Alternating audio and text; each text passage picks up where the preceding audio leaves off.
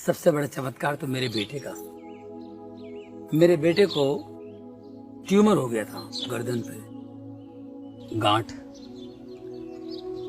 और वो ट्यूमर जो है नसों से जकड़ा हुआ था। डॉक्टर ने कहा कि मैं 15-20 मिनट में ठीक कर दूंगा। ऑपरेशन थिएटर में ले गया और फिर डॉक्टर ने ऑपरेशन थिएटर में बुला करके कहा कि ये ऑपरेशन हो नहीं पाएगा।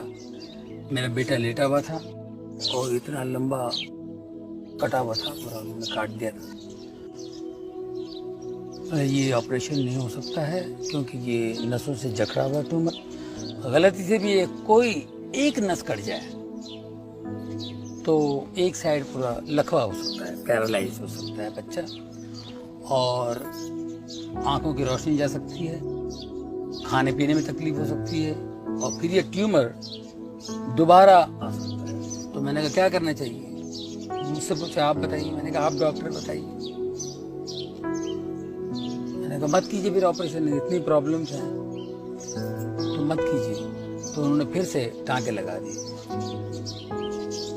तो उसके बाद मैं होम्योपैथी, आयुर्वेदिक का इलाज करता रहा, उससे कोई फायदा नहीं हुआ। जो ट्यूमर था और बढ़ता गया, इतना बड़ा ट्यूमर।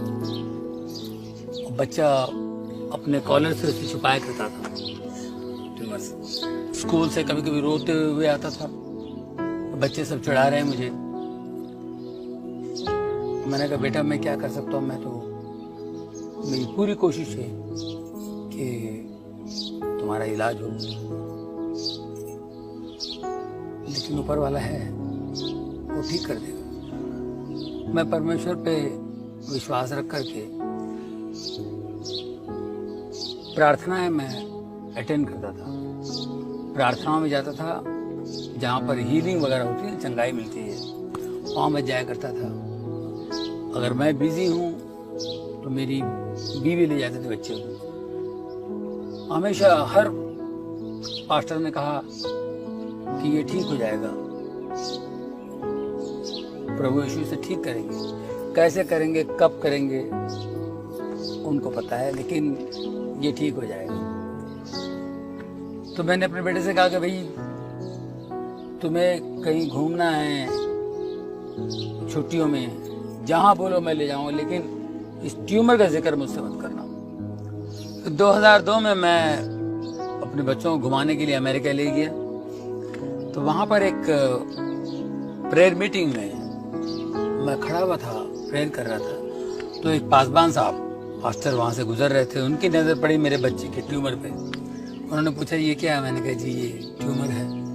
बोले उसको ले जाओ फलाने हॉस्पिटल में, न्यूयॉर्क में स्लोन केटरिंग हॉस्पिटल, और प्रभु उसको ठीक करना चाहता है, उसको ले जाओ। मैंने अपनी बीवी से कहा भाई क्या करें, बीवी ने कहा बिल्कुल नहीं। मैंने कहा देखिए इस वक्त हम लोग परमेश्वर के घर में हैं और वो कह रहे हैं, और मुझे ऐसा लग रहा है कि उनकी जबान से यीशु कह रहे हैं।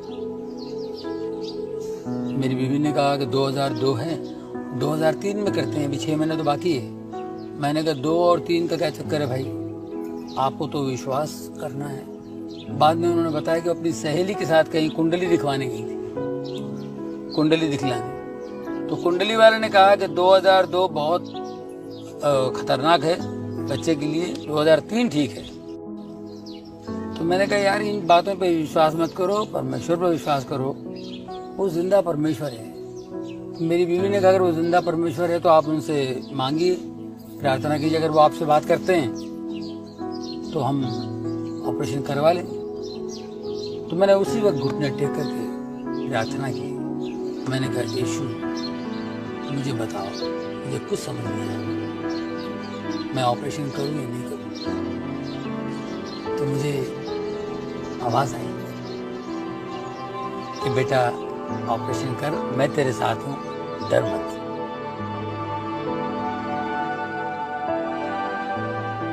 ये आवाज़ मैंने सुनी।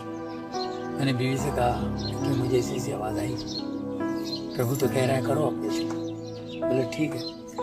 फिर हम लोग ऑपरेशन के लिए गए, बहुत अच्छा सा डॉक्टर हमें मिला वहाँ पे। हमने सब कुछ डेट फिक्स करके ऑपरेशन किया। बहुत से लोगों ने मेरे बच्चे के लिए प्रार्थना की, काफी लोगों ने बच्चे के लिए नेगेटिव बातें की कि ऑपरेशन करेगा तो बच्चा चला जाएगा, बच्चा नहीं बचेगा। लेकिन हमने प्रभु पर विश्वास करके ऑपरेशन किया। 3 घंटे का ऑपरेशन हुआ। ऑपरेशन के बाद जब बच्चे को कमरे में ले आया तो मेरे बच्चे को मैंने देखा, मुझे जो डर था लेफ्ट साइड का लकवा होगा, लेकिन उसी लेफ्ट हैंड से बाएं हाथ से यूं करके मुझसे कहता है कि डैडी मैं बिल्कुल ठीक हूँ।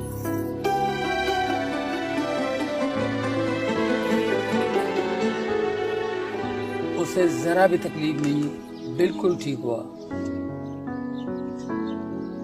सब लोगों ने कहा यह असंभव है, लेकिन असंभव को संभव करने वाला परमेश्वर का पुत्र यीशु है।